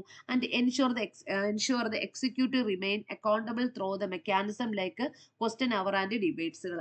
മറ്റു ചില പ്രധാനപ്പെട്ട ധർമ്മങ്ങൾ എന്തൊക്കെയാണെന്നാണ് പറഞ്ഞു പോകുന്നത്. അതായത് പ്രധാനമായിട്ടും ദേശീയ ബഡ്ജറ്റുകൾ നടപ്പിലാക്കുന്നു, അതിനെ നിയന്ത്രിക്കുന്നു. പിന്നെ എന്താ പറയുന്നത്? ചോദ്യ സമയങ്ങൾ, സംവാദങ്ങൾ തുടങ്ങിയ സംവിധാനങ്ങളിലൂടെ എക്സിക്യൂട്ടീവിന്റെ ഉത്തരവാദിത്തങ്ങളായിട്ട് എക്സിക്യൂട്ടീവിന്റെ ഉത്തരവാദിത്തങ്ങളെ തുടർന്നു കൊണ്ടുപോകുന്നത് ലെജിസ്ലേറ്റീവ് ബോഡിയാണ്. ഞാൻ പറഞ്ഞത് ലെജിസ്ലേറ്റീവ് ബോഡിയെ കുറിച്ചിട്ടാണ്. എക്സിക്യൂട്ടീവിനെ remain and accountable through the mechanism like question hour and debates. ചോദ്യ സമയങ്ങൾ, സംവാദങ്ങൾ തുടങ്ങിയ സംവിധാനങ്ങളിലൂടെ പിന്നെ എക്സിക്യൂട്ടീവിന്റെ ഉത്തരവാദിത്തങ്ങളെ നടപ്പിലാക്കി കൊണ്ടുപോകുന്ന ലെജിസ്ലേറ്റീവ് ബോഡിയാണ്. ഇതൊക്കെയാണ് ലെജിസ്ലേറ്റീവ് ബോഡിയുമായിട്ട് ബന്ധപ്പെടുത്തി നമ്മൾ പഠിച്ചു പോകേണ്ടിയിട്ടുള്ളത്. ഇനി നോക്കുന്നത് യൂണിയൻ എക്സിക്യൂട്ടീവിന്റെ ഹെഡിനെ നമുക്ക് പഠിക്കണം. യൂണിയൻ എക്സിക്യൂട്ടീവ് എന്ന് പറയുമ്പോൾ അതിൽ ആരൊക്കെ അടങ്ങിയിരിക്കുന്നത്? യൂണിയൻ കാര്യനിർവഹണ വകുപ്പിന്റെ എക്സിക്യൂട്ടീവ് എന്ന് പറയുമ്പോൾ president, vice president, prime minister and council of ministers. അതിന് പ്രസിഡന്റിനെ കുറിച്ച് നമ്മൾ നേരത്തെ പറഞ്ഞു പോയി. ഹെഡ് ഓഫ് ദ സ്റ്റേറ്റ് ആണ്. President is the nominal and titular or the constitutional head of the executive. Constitutional head of the എക്സിക്യൂട്ടീവിന്റെ കോൺസ്റ്റിറ്റ്യൂഷണൽ ഹെഡ് എന്ന് പറയുന്ന പ്രസിഡന്റ് ആണ്. All executive actions are taken in the name of the president. അദ്ദേഹത്തിന്റെ election ഇദ്ദേഹത്തെ എങ്ങനെയാണ് തിരഞ്ഞെടുക്കപ്പെടുന്നത്? ഒരു electoral കോളേജിലൂടെയാണ് അല്ലെ. ഇത് ഇലക്ടർ ഇൻഡയറക്ട്ലി, ഡയറക്ട്ലി ഇലക്ട് ചെയ്യുകയാണോ ചെയ്യുന്നത്? അല്ല. കൗൺസിൽ ഓഫ് മിനിസ്റ്റേഴ്സിനെ ഒക്കെ പോലെ ഡയറക്ട്ലി ഇലക്ട് ചെയ്യുകയല്ല, മറിച്ച് elected indirectly by the electoral college. ഈ ഇലക്ട്രൽ കോളേജ് എങ്ങനെയാണ് കൺസിസ്റ്റ് ചെയ്തിരിക്കുന്നത്? Elected members both house of the parliament കൂടി ചേർന്നിട്ടുള്ള ഒരു ഇലക്ട്രൽ കോളേജ് ആണ് ഇൻഡയറക്ട്ലി പ്രസിഡന്റിനെ തിരഞ്ഞെടുക്കുന്നത്. Parliament MP and legislative assembly of the states. ഇപ്പൊ ഇവരെല്ലാം കൂടി ചേർന്നിട്ടാണ് ഈ ഇലക്ട്രൽ കോളേജ് ആണ് നമ്മുടെ പ്രസിഡന്റിനെ എന്ത് ചെയ്യുന്നത്? ഇൻഡയറക്ട്ലി എലക്ട് ചെയ്യുന്നത്. അപ്പൊ അദ്ദേഹത്തിന്റെ റൂളും മറ്റു പവേഴ്സുകളൊക്കെയാണ് നമ്മൾ ഇവിടെ എന്ത് ചെയ്യുന്നത്? പറഞ്ഞു പോയിട്ടുള്ളത്. ഓക്കെ. ദെൻ ഇനി നോക്കുന്ന അദ്ദേഹത്തിന്റെ പവേഴ്സ് ആണ്. എക്സിക്യൂട്ടീവ് പവേഴ്സ് ഉണ്ട് അദ്ദേഹത്തിന്റെ, അതായത് പ്രസിഡന്റിന്റെ എക്സിക്യൂട്ടീവ് പവേഴ്സ് ആണ്. Appoint the prime minister, other ministers, governors and attorney ജനറലിനെ ഒക്കെ തന്നെ അപ്പോയിന്റ്മെന്റ് ചെയ്യുന്നത് ആരാണ്? ഇതൊക്കെ പ്രസിഡന്റിന്റെ എക്സിക്യൂട്ടീവ് പവേഴ്സ് ആണ്. ഇനി ലെജിസ്ലേറ്റീവ് പവേഴ്സും ഉണ്ട് അദ്ദേഹത്തിന്. ആർക്ക്? പ്രസിഡന്റ്. എന്തൊക്കെയാണ്? സമോൺ പാർലമെന്റിനെ വിളിച്ചു കൂട്ടുക, ഡെലിവർ ഓപ്പണിംഗ് അഡ്രസ്. ആക്ച്വലി പാർലമെന്റിലെ ഓപ്പണിംഗ് അഡ്രസ് നടപ്പിലാക്കുക മാത്രമാണ് ഇദ്ദേഹം. അല്ലെങ്കിൽ പാർലമെന്റിനെ വിളിച്ചു കൂട്ടി, അല്ലെങ്കിൽ പ്രിസൈഡിങ് ചെയ്യുന്ന ഇദ്ദേഹം അല്ല കേട്ടോ. അപ്പൊ മേ ബി ചിലപ്പോൾ നിങ്ങൾക്ക് ക്വസ്റ്റ്യൻ ചോദിക്കാം. പാർലമെന്റിലെ പ്രധാനമായിട്ടും ലോക്സഭയുടെ എന്താ പറയുന്ന നയപരിപാടി, ലോക്സഭയുടെ അഡ്രസ് ചെയ്യുന്നത് ആക്ച്വലി ആരല്ല? ലോക്സഭ അഡ്രസ് ചെയ്യുന്നതൊന്നും ആരല്ല? പ്രസിഡന്റ് അല്ല. പക്ഷെ ലോക്സഭ വിളിച്ചു കൂട്ടുന്ന ഈ പാർലമെന്റിനെ സമോൺ ചെയ്യുന്നതും ഡെലിവർ ചെയ്യുന്നതും ഓപ്പണിംഗ് അഡ്രസ് ഒക്കെ ചെയ്യുന്നത് president. And must be given assent to ബിൽസുകൾ from them to becoming law. ഒരു ലോ നടപ്പിലാക്കുന്ന അദ്ദേഹത്തിലേക്ക് വരും. അതായത് പിന്നെ നമ്മൾ എന്താ പറയുന്നത്, നമ്മുടെ ലോക്സഭയിൽ പാസ്സാക്കുന്ന പല ബില്ലുകളും സാങ്ഷൻ ചെയ്ത് നടപ്പിലാക്കുന്നത് ആരാണ്? ആരുടെ ബില്ല് ലോ നടപ്പിലാക്കിയാൽ മാത്രമേ ആ ബില്ല് നടപ്പിലാകുകയുള്ളൂ? നമ്മുടെ പ്രസിഡന്റ് സാങ്ഷൻ ചെയ്യണം. And must be given assents. ബില്ലിനെ അസറ്റ്സ് ചെയ്യണം അല്ലെ. ബില്ലുകൾ എന്ത് ചെയ്യണം? അസറ്റ് ചെയ്യണം. He must give assents bill for them to becoming. എങ്കിൽ അദ്ദേഹം ബില്ലിനെ അസറ്റ് ചെയ്തെങ്കിൽ മാത്രമേ എന്ത് ചെയ്യത്തുള്ളൂ? അത് ലോ ആയി മാറുകയുള്ളൂ. പിന്നെ ഇദ്ദേഹത്തിന് മിലിറ്ററി ആൻഡ് ഡിപ്ലോമാറ്റിക് പവേഴ്സ് ഒക്കെ ആരൊക്കെ പ്രസിഡന്റിനുണ്ട്? He became the supreme commander of the armed forces and represented the Indian international force. Supreme commander of the armed force ആരായിരിക്കും? പ്രസിഡന്റ് ഓഫ് ഇന്ത്യ ആയിരിക്കും. ഇനി എമർജൻസി പവേഴ്സുകൾ ഉണ്ട് ഇദ്ദേഹത്തിന്. അത് can deliver national, constitutional and financial emergency ഒക്കെ deliver ചെയ്യുന്നത് ആരാണ്? നടപ്പിലാക്കുന്നത് ആരാണ്? പ്രസിഡന്റ് ആണ്. ഇതൊക്കെയാണ് നമുക്കറിയാം. പിന്നെ യൂണിയൻ പ്രധാനമായിട്ട് 3 തരത്തിലുള്ള എമർജൻസീസുകളുണ്ട്. ഏതൊക്കെ? National emergency, state emergency and financial emergency. ഇതിൽ നാഷണൽ എമർജൻസി ആണ് 352 വന്നിട്ട് 356 സ്റ്റേറ്റ് എമർജൻസി, 360 വന്നിട്ട് ഫിനാൻഷ്യൽ എമർജൻസീസ് ആണ്. ഇതെല്ലാം തന്നെ ഡിക്ലെയർ ചെയ്യുന്നത് ആരുടെ അധികാരമാണ്? എക്സിക്യൂട്ടീവ് പവേഴ്സ് ആണ്. പ്രസിഡന്റിന്റെ ചില എക്സിക്യൂട്ടീവ് പവേഴ്സ് ആണ് പറയുന്നത്. ഓക്കെ. ദെൻ ഇനി നമ്മൾ prime minister and council of ministers ആണ് പറഞ്ഞു പോകുന്നത്. He is the real head of the എക്സിക്യൂട്ടീവിന്റെ റിയൽ ഹെഡ് എന്ന് പറയുന്നത് ആരാണ്? പ്രൈം മിനിസ്റ്റേഴ്സ് ആണ്. ഈ prime minister is the real executive head of the government. അദ്ദേഹത്തിനെ അപ്പോയിന്റ്മെന്റ് ചെയ്യുന്നത് ആരാ? President appoint the leader of the majority party in the Lok Sabha. ലോക്സഭയിലെ മെജോറിറ്റി പാർട്ടിയുടെ ലീഡറിനെ ആയിരിക്കും പ്രസിഡന്റ് പ്രൈം മിനിസ്റ്റർ ആയിട്ട് അപ്പോയിന്റ്മെന്റ് ചെയ്യുന്നത്. നമുക്കറിയാലോ, as the prime minister. Other ministers are appointed by the president on the advice of the PM. മറ്റെല്ലാ council of മിനിസ്റ്റേഴ്സിനെയും appointment ചെയ്യുന്നത് പ്രൈം മിനിസ്റ്ററിന്റെ അഡ്വൈസോട് കൂടിയിട്ടാണ് പ്രസിഡന്റ് എന്ത് ചെയ്യുന്നത്? അപ്പോയിന്റ്മെന്റ് ചെയ്യുന്നത്. കളക്റ്റീവ് റെസ്പോൺസിബിലിറ്റീസ് ഉണ്ട്. Council of ministers is collectively responsible to the Lok Sabha അപ്പോൾ ഈ കൗൺസിൽ ഓഫ് മിനിസ്റ്റേഴ്സിന് കളക്റ്റീവ്ലി റെസ്പോൺസിബിൾ ഉണ്ട്. എന്തിനോട്? ലോക്സഭയോട് ഒരു കളക്റ്റീവ്ലി റെസ്പോൺസിബിൾ ഈ കൗൺസിൽ ഓഫ് മിനിസ്റ്റേഴ്സിനുണ്ട്. ആരുടെ ഉത്തരവാദിത്തമുണ്ട്? Council of മിനിസ്റ്റേഴ്സിന്. ഇനി ആർട്ടിക്കിൾ 75 ആരെ കുറിച്ചാണ് പറഞ്ഞു പോകുന്നത്? 75 if a non confidence motion is passed, ഒരു നോൺ കോൺഫിഡൻസ് മോഷൻ പാസ്സാക്കി കഴിഞ്ഞാൽ the entire government must resign. ഒരു നോൺ കോൺഫിഡൻഷ്യൽ മോഷൻ പാസ്സാക്കി കഴിഞ്ഞാൽ entire government must be resigning ചെയ്യണം. അതാണ് ആർട്ടിക്കിൾ 75 പറയുന്നത്. ലിങ്ക് ബിറ്റ്വീൻ പ്രസിഡന്റും ക്യാബിനറ്റും തമ്മിലുള്ള ലിങ്ക് ആയിട്ട് വർത്തിക്കുന്നത് ആരാണ്? പ്രൈം മിനിസ്റ്റർ ആണ്. അപ്പൊ 75 മിക്കവാറും നിങ്ങൾക്ക് ചോദിക്കാൻ ചാൻസ് ഉണ്ട്. ഈ 75 നമ്മൾ പ്രധാനമായിട്ടും പറഞ്ഞു പോകുന്നത് പ്രൈം മിനിസ്റ്ററിന്റെ പവറിനെ കുറിച്ചിട്ടാണ് പറയുന്നത് കേട്ടോ. പ്രൈം മിനിസ്റ്റേഴ്സിന്റെ പവേഴ്സ് ഒക്കെ ചോദിക്കാൻ ചാൻസുകൾ ഒരുപാടുണ്ട്. കാര്യം ഒരുപാട് അദ്ദേഹത്തിന്റെ ഡ്യൂട്ടീസും അധികാരങ്ങളും ഒക്കെ തന്നെ ചോദിച്ചു പോയിട്ടുണ്ട് കഴിഞ്ഞ പ്രാവശ്യം. അപ്പൊ 75 നിങ്ങൾ എടുത്ത് പഠിക്കുക. അതുപോലെ തന്നെ എന്താ പറയുക, നോൺ കോൺഫിഡൻഷ്യൽ മോഷൻ എന്ന് പറയുമ്പോൾ നിങ്ങൾ അർത്ഥമാകും അവിശ്വാസ പ്രമേയം പാസ്സാക്കിയാൽ ആ ഒരു മന്ത്രിസഭ എന്ത് ചെയ്യണം? രാജിവെച്ച് പുറത്തു പോകണം. അതിനാണ് നോൺ കോൺഫിഡൻഷ്യൽ മോഷൻ ആക്ച്വലി പാസ്സാക്കി കഴിഞ്ഞാൽ അതുവരെയുള്ള നിലവിലുള്ള മന്ത്രിസഭ എന്ത് ചെയ്യണം? റിസൈൻ ചെയ്ത് പുറത്തു പോകണം. അങ്ങനെ കൂടി പറഞ്ഞു പോകുന്നുണ്ട്. ഇനി നമ്മളെ പ്രൈം മിനിസ്റ്റർ എന്ന് പറയുന്നത് പ്രസിഡന്റിന്റെയും ക്യാബിനറ്റ് ഓഫ് നമ്മളെ കൗൺസിൽ ഓഫ് മിനിസ്റ്റേഴ്സിനും ക്യാബിനറ്റിന്റെ ഒരു ലിങ്ക് ആയിട്ട് വർത്തിക്കുന്ന വ്യക്തിയാണ്. The PM communicate all the decision of the council of ministers of the president. പിന്നെ പ്രൈം മിനിസ്റ്റർ എങ്ങനെ കമ്മ്യൂണിക്കേഷൻ ചെയ്യണം? All decision of the council of ministers, അതായത് കൗൺസിൽ ഓഫ് മിനിസ്റ്റേഴ്സിന്റെയും പ്രസിഡന്റിന്റെയും എല്ലാ ഡിസിഷൻസിനെയും communication ചെയ്യുന്നത് ആരിലൂടെയാണ്? പ്രൈം മിനിസ്റ്ററിലൂടെയാണ്. അതുകൊണ്ട് തന്നെ ഇദ്ദേഹത്തെയാണ് നമ്മൾ എന്തെന്ന് അറിയപ്പെടുന്നത്? എക്സിക്യൂട്ടീവിന്റെ റിയൽ ഹെഡ് എന്ന് പറയുന്നത് ആക്ച്വലി പ്രൈം മിനിസ്റ്റർ ആണ്, അല്ലാതെ പ്രസിഡന്റ് അല്ല. ഓക്കെ, അപ്പൊ ഇത്രയും കാര്യങ്ങൾ നിങ്ങൾക്ക് മനസ്സിലായിട്ടുണ്ടാകും എന്ന് തോന്നുകയാണ്. ഇനി നമ്മൾ പഠിച്ചു പോകുന്ന പാർലമെന്റ് ആണ്. പാർലമെന്റ് എന്ന് പറയുമ്പോൾ it is A supreme legislative organ of the India. ഇന്ത്യയിലെ സുപ്രീം ലെജിസ്ലേറ്റീവ് ഓർഗൻ എന്ന് പറയുന്നത് എന്താണ്? പാർലമെന്റ് ആണ്. Which article deal about? Article 79 of the Indian constitution deal about the parliament is A supreme legislative organ of India. 79 ചോദിക്കാം. ഇനി parliament parliament എന്ന് പറയുന്നത് 2 houses ചേരുമ്പോഴല്ലേ parliament ആകുന്നത്. Is the consist of president and 2 houses. പ്രസിഡന്റും 2 ഹൗസസും കൂടെ ചേരുമ്പോഴാണ് parliament ആകുന്നത്. 2 houses എന്ന് പറയുമ്പോൾ അപ്പർ ഹൗസും ലോവർ ഹൗസുമാണ്. രാജ്യസഭ എന്ന് പറയുന്ന കൗൺസിൽ ഓഫ് സ്റ്റേറ്റ്സ് ആണ്. ലോക്സഭ എന്ന് അറിയപ്പെടുന്നത് കൗൺസിൽ ഓഫ് പീപ്പിൾ ആണ്. അപ്പൊ ഇത്രയും ചേരുമ്പോഴാണ് എന്താകുന്നത്? പാർലമെന്റ് ആകുന്നത്. ഇനി നെക്സ്റ്റ് വരുന്നത് ലോക്സഭയാണ്. ലോക്സഭയെ കുറിച്ച് പറയുകയാണെങ്കിൽ ഹൗസ് ഓഫ് ദ പീപ്പിൾ ആണ്. Natural representatives of the people of India. ഇത് റെപ്രസെന്റ് ചെയ്യുന്ന ആരാണ്? പീപ്പിൾ ഓഫ് ഇന്ത്യ ആണ്. ദ മെമ്പേഴ്സിന്, ഇവിടുത്തെ പാർലമെന്റിലെ മെമ്പേഴ്സിനെ നമ്മൾ തിരഞ്ഞെടുക്കുന്ന directly elected by the citizen through the universal adult suffrage. അതായത് യൂണിവേഴ്സൽ അഡൽട്ട് സാർവത്രികമായ പിന്നെ സാഫ്രേജ് അനുസരിച്ച് നമ്മൾ യൂണിവേഴ്സൽ സാർവത്രികമായിട്ടുള്ള അഡൽട്ട് സാഫ്രേജ് പ്രകാരം ഡയറക്ട്ലി സിറ്റിസണിൽ നിന്ന് തന്നെ, നമ്മുടെ പൗരന്മാരിൽ നിന്ന് തന്നെയാണ് നമ്മൾ ആരായിട്ട് അവിടുത്തെ ലോക്സഭയിലെ മെമ്പേഴ്സ് ആയിട്ട് തിരഞ്ഞെടുക്കുന്നത്. അതായത് ഡയറക്റ്റ് ഇലക്ഷനിലൂടെയാണ് അല്ലെ. Members are directly elected by the citizen through the universal adult suffrage. Universal adult അതായത് സാർവത്രിക പ്രായപൂർത്തി വോട്ടവകാശ. സാഫ്രേജ് എന്ന് പറയുമ്പോൾ സാർവത്രിക പ്രായപൂർത്തി വോട്ടവകാശത്തിന്റെ അടിസ്ഥാനത്തിലാണ് നമ്മൾ ഈ ലോക്സഭാ മെമ്പേഴ്സിനെ തിരഞ്ഞെടുക്കാറുള്ളത്. ഇനി അവരുടെ ടെന്യൂർ എത്രയാണ്? കാലാവധി എത്രയാണ്? 5 years ആണ് അല്ലെ. അതായത് ലോക്സഭയുടെ കാലാവധി, ലോക്സഭാ മെമ്പേഴ്സിന്റെ കാലാവധി 5 വർഷമാണ്. Can be dissolve earlier by the may be പ്രസിഡന്റിന് വേണമെങ്കിൽ ഡിസോൾവ് ചെയ്യാന്നാണ് പറയുന്നത്. പ്രൈം മിനിസ്റ്ററിന്റെ അഡ്വൈസ് പ്രകാരം പ്രസിഡന്റിന് ഈ കാലാവധി ഡിസോൾവ് ചെയ്യാം എന്നാണ് പറയുന്നത്.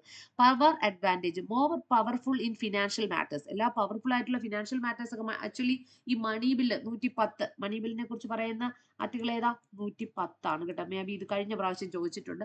മണി ബില്ലിനെ പോലെയുള്ള എല്ലാ തരത്തിലുള്ള ഫിനാൻഷ്യൽ മാറ്റേഴ്സും ഒക്കെ തന്നെ അവതരിപ്പിക്കുന്ന എവിടാണ്? ലോക്സഭയിലാണ്. Can only by the introducer the Lok Sabha. Money bill is only introduced by the Lok Sabha. Introduce ചെയ്യുന്നത് ആരാണ്? ലോക്സഭ സ്പീക്കർ ആണ്. മണി ബില്ലിനെ കുറിച്ച് ഡീൽ ചെയ്യുന്ന ആർട്ടിക്കിൾ ഏതാണ്? 110 ആണ് കേട്ടോ. 110 110 ചോദിച്ചിട്ടുണ്ട് കഴിഞ്ഞ പ്രാവശ്യം. അതൊക്കെ ലോക്സഭയുടെ റെസ്പോൺസിബിലിറ്റീസ് ആണ്. ഇനി നമ്മൾ രാജ്യസഭയെ കുറിച്ചിട്ടാണ് പറഞ്ഞു പോകുന്നത്. അപ്പൊ നമുക്ക് രാജ്യസഭയിലേക്ക് ഒന്ന് കടക്കാം. കൗൺസിൽ ഓഫ് സ്റ്റേറ്റ്സ് ആണ് Rajya Sabha. Is nacho it represent the states and union territories of. അപ്പൊ ഇവിടുത്തെ മെമ്പേഴ്സിനെ റെപ്രസെന്റ് ചെയ്യുന്ന എവിടെയാണ്? യൂണിയൻ ഓഫ് സ്റ്റേറ്റ്സിൽ നിന്നും അതുപോലെ തന്നെ യൂണിയൻ ടെറിട്ടറിയിലെ മെമ്പേഴ്സിനായിരിക്കണം കൗൺസിൽ ഓഫ് സ്റ്റേറ്റ്സിലെ മെമ്പേഴ്സ് റെപ്രസെന്റേറ്റീവ്സ് എന്ന് പറയുന്നത്. ഇനി members are elected indirectly by the elected members of the state legislative assembly. ഇനി ഇവിടുത്തെ മെമ്പേഴ്സിനെ നമ്മൾ ഡയറക്ട്ലി ആണോ സെലക്ട് ചെയ്യുന്നത്? അല്ല. മെമ്പേഴ്സിനെ നമ്മൾ ഇൻഡയറക്ട്ലി എലക്ട് ചെയ്യുകയാണ്. ഇവിടെ നിന്നും സ്റ്റേറ്റ് ലെജിസ്ലേറ്റീവ് അസംബ്ലിയിൽ നിന്ന് ഇൻഡയറക്ട്ലി നമ്മൾ സെലക്ട് ചെയ്യുകയാണ് ചെയ്തിട്ടുള്ളത്. ഇതിന്റെ ടെന്യൂർ എങ്ങനെയാണ് പോകുന്നത്? It is A permanent body. Actually ഇതൊരു പെർമനന്റ് ബോഡിയാണ്. ആണല്ലോ? ആണ്. അതിന്റെ അപ്പൊ ഒരിക്കലും നമുക്ക് ഡിസോൾവ് ചെയ്യാൻ കഴിയില്ല. Rajya Sabha. And 1/3 of its members, 1/3 അംഗങ്ങൾ 5 വർഷം കൂടുമ്പോൾ 2 ഇയർ അല്ലെ, നമ്മൾ 2 വർഷം കൂടുമ്പോൾ ഇതിലെ 1/3 അംഗങ്ങൾ എന്ത് ചെയ്യും, പിരിഞ്ഞു പോവുകയാണ് ചെയ്യുന്നത്. 1/3 of its members retire every 2 year, 2 വർഷം കൂടുമ്പോൾ എന്ത് ചെയ്യും, പിരിഞ്ഞു പോകും. Each members are 6 year time. അങ്ങനെ ഓരോ മെമ്പേഴ്സിന് എത്ര വർഷത്തെ കാലാവധി ഉണ്ട്, 6 വർഷത്തെ കാലാവധി ഉണ്ട്. Each members are 6 year term ആണ്. സ്പെഷ്യൽ പവർ, ഇനി ചില സ്പെഷ്യൽ പവേഴ്സ് ഉണ്ട്. Can authority parliament to make a law in the subject listed in state list article 249 and create all Indian service the 312. ഇതൊക്കെ ആർട്ടിക്കിൾസുകളും കൂടി നിങ്ങളൊന്ന് പഠിച്ചു പോകേണ്ടതായിട്ടുണ്ട്. അപ്പൊ നമ്മൾ പറഞ്ഞു പോകുന്നത് ഈ രാജ്യസഭ എന്ന് പറയുന്ന ഒരു സ്ഥിരം സ്ഥാപനമാണ്. ഇതിലെ 1/3 അംഗങ്ങൾ 2 വർഷം കൂടുമ്പോൾ വിരമിച്ചു പോകുന്നു. എങ്കിൽ ഇതിന്റെ കാലാവധി എന്ന് പറയുന്ന 6 വർഷമാണ്. ഈച്ച് മെമ്പേഴ്സ് 6 പവേഴ്സ്, അല്ലെങ്കിൽ 6 വർഷമുണ്ട്, 6 ഇയറിന്റെ ടേം ഉണ്ട്. അത് നിങ്ങൾ ആദ്യം ഒന്ന് പഠിച്ചു പോവുക. പിന്നെ ചില പ്രധാനപ്പെട്ട അധികാരങ്ങളെ കുറിച്ച് പറയുന്നത്, can authorise parliament to make a law on the subjects. ഈ പാർലമെന്റിന് ചില വിഷയങ്ങളെ പാർലമെന്റിന്റെ അധികാരത്തിൽ സംസ്ഥാന പട്ടികയിൽ ഉൾപ്പെടുത്തിയിരിക്കുന്ന ചില വിഷയങ്ങളിൽ നിയമനങ്ങൾ എടുക്കുന്നതിനുള്ള അധികാരമൊക്കെ തന്നെ സ്പെഷ്യൽ പവേഴ്സ് പാർലമെന്റിലുണ്ട്. നിങ്ങൾക്കറിയാലോ ഏതൊക്കെ പവേഴ്സ് ആണുള്ളത്, state list, union list, concurrent list. അതിൽ നമ്മൾ ഇത് എടുത്തു പറയുന്നത് ലിസ്റ്റിൽ ഏതാണ്, സബ്ജക്ട് ലിസ്റ്റ്, സ്റ്റേറ്റ് ലിസ്റ്റിൽ ഉൾപ്പെടുത്തിയിരിക്കുന്ന ചില വിഷയങ്ങളിൽ നിയമ അധികാരം എടുക്കാനുള്ള അധികാരം പാർലമെന്റിലുണ്ട്. Can authorised parliament to make law. Parliament എന്ന് പറയുമ്പോൾ രാജ്യസഭയും ലോക്സഭയും പ്രസിഡന്റും കൂടെ ചേർന്നതാണ് കേട്ടോ. അപ്പോൾ പാർലമെന്റിന് ഒരു സ്പെഷ്യൽ പവർ ഉണ്ട്. അതായത് സബ്ജക്ട് ലിസ്റ്റ് ഉണ്ട്, സ്റ്റേറ്റ് ലിസ്റ്റിൽ വരുന്ന ചില വിഷയങ്ങൾ. Can authorise parliament to make a law, നിയമം നടപ്പിലാക്കുക. സ്റ്റേറ്റ് ലിസ്റ്റിൽ വരുന്ന ചില വിഷയങ്ങളിൽ നിയമം നടപ്പിലാക്കാനുള്ള അധികാരം ആർക്കുണ്ട്, പാർലമെന്റിനുണ്ട് എന്നുള്ളതാണ്. അത് ആർട്ടിക്കിൾ 249 പറയുന്നുണ്ട്. പിന്നെ ഓൾ ഇന്ത്യൻ സർവീസ് 312 അതൊക്കെ പാർലമെന്റിന്റെ സ്പെഷ്യൽ അതോറിറ്റീസിൽ വരുന്ന ചില ആർട്ടിക്കിൾസുകളാണ്. ആർട്ടിക്കിൾ 249 ഓൾ ഇന്ത്യൻ സർവീസ്, പിന്നെ 312 ആർട്ടിക്കിൾ 312 ആർട്ടിക്കിൾ 249. മനസ്സിലായിട്ടുണ്ടല്ലോ. അപ്പൊ ഇത്തരത്തിലുള്ള പ്രത്യേക അധികാരങ്ങൾ ഉൾപ്പെട്ട വിഷയങ്ങൾ അല്ലെങ്കിൽ ലോ നടപ്പിലാക്കാനുള്ള അധികാരം ആർക്കുണ്ട്, പാർലമെന്റിനുണ്ട് എന്നാണ് പറയുന്നത്. ക്ലിയർ ആയിട്ട് മനസ്സിലാവുന്നുണ്ടല്ലോ. ഓക്കെ, ഇനി ഫങ്ഷൻസ് ഓഫ് ദ പാർലമെന്റ്. പാർലമെന്റിലെ ചില പ്രധാനപ്പെട്ട ഫംഗ്ഷൻ, ലെജിസ്ലേറ്റീവ് ഫംഗ്ഷനും എക്സിക്യൂട്ടീവ് ഫംഗ്ഷനും കോൺസ്റ്റിറ്റ്യൂഷണൽ ഫംഗ്ഷൻ ഒക്കെ പാർലമെന്റിനുണ്ട്. അപ്പൊ ഇതിന്റെ ലെജിസ്ലേറ്റീവ് ഫംഗ്ഷൻസ് നമുക്കൊന്ന് നോക്കാം. ലെജിസ്ലേറ്റീവ് ഫംഗ്ഷൻ, പാസിംഗ് ബില്ലുകൾ പാസ്സാക്കുന്നതിനുള്ള അധികാരം, ഫോമിംഗ് ലോകൾ നടപ്പിലാക്കുക of the nation, financial controlling നടപ്പിലാക്കുക, അപ്രൂവിംഗ് ദ യൂണിയൻ ബഡ്ജറ്റ് നടപ്പിലാക്കുക, യൂണിയൻ ബഡ്ജറ്റിന് അപ്രൂവ് കൊടുക്കുക.